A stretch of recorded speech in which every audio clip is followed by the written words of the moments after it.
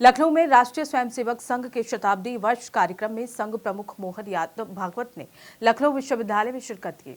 उनके पहुंचते ही एनएसयूआई के छात्रों ने गो बैक के नारे लगाते हुए विरोध प्रदर्शन किया। कार्यक्रम स्थल के बाहर हंगामा बढ़ने पर पुलिस ने प्रदर्शनकारियों को हिरासत में लिया। वहीं कड़ी सुरक्षा के बीच शताब्दी समारोह आयोजित किया गया।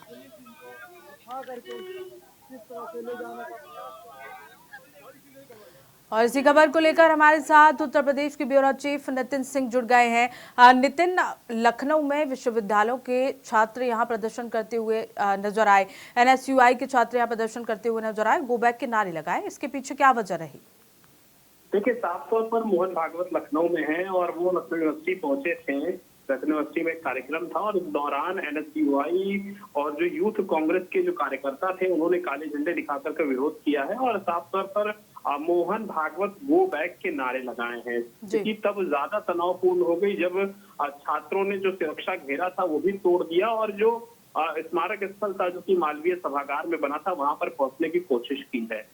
ये साफ तौर पर बताया जा रहा है कि इस दौरान जो पुलिस बल थी वहां पर पुलिस ने उन्हें रोका, हल्की धक्का मुक्की हुई और उसके बाद जो भी प्रदर्शन कर रहे थे छात्र और कार्यकर्ता उनको हिरासत में ले लिया गया है।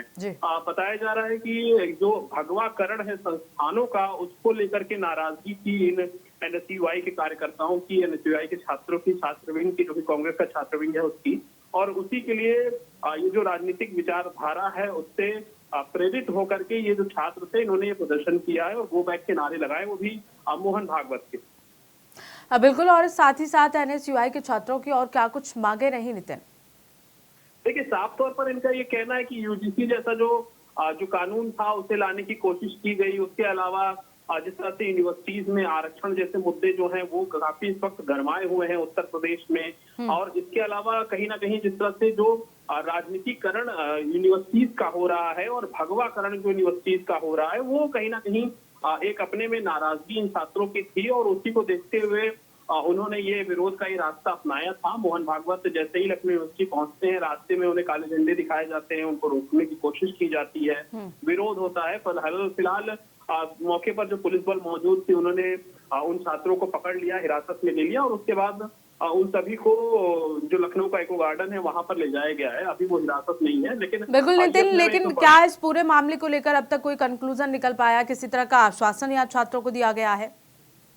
नहीं, देखिए, आश्वासन तो नहीं दिया जाएगा क्योंकि मोहन भागवत का वीआईपी प्रोटोकॉल था और वीआईपी प्रोटोकॉल में अगर इस तरह की कोई भी हिमाकत करता है तो जाहिर सी बात है उसके कानूनी जो प्रक्रियाएं होती है उस प्रक्रिया के तहत जो भी कार्रवाइयां हैं वो करी जाएंगी और पुलिस ने उन्हें हिरासत में ले लिया है। हिरासत में लेने के बाद उन्हें इको गार्डन ले गई है और वहां पर जो आगे की जो कार्रवाई है वो की जाएगी। अगर मुकदमा दर्ज करने का होगा तो मुकदमा दर्ज किया जाएगा क्योंकि एक बड़ा प्रकरण है। मोहन भागवत आरएसएस के बड़े नेता, देश के बड़े नेता हैं, संघ प्रमुख हैं और अगर उनका विरोध किया जा रहा है तो जाहिर सी बात है वो भी काले झंडे दिखा करके उनके प्रोटोकॉल को तोड़ने की कोशिश की जा रही, तो जाहिर सी बात है जो पुलिस है वो अपनी कार्रवाई करेगी, सुसंगत धाराओं में मुकदमा भी दर्ज किया जाएगा और उसके बाद आगे जो विधिक कार्रवाई होगी वो की जाएगी। बिल्कुल नितिन, लेकिन क्या इस प्रदर्शन से पहले किसी को इस प्रदर्शन के बारे में पता था कि इस तरह का हंगामा एनएसयूआई के छात्र करने जा रहे हैं? देखिए, ऐसा कोई भी पूर्व सूचना नहीं थी किसी भी तरह की है कि एनएसयूआई के जो कार्यकर्ता हैं, एनएसयूआई के जो छात्र, उनके जो स्टूडेंट्स हैं वो प्रोटेस्ट करेंगे और अगर ये पहले से पता होता तो जाहिर सी बात है पुलिस वहां पर पहले से और मुस्तैद रहती है और इस तरह की चीजें होती नहीं।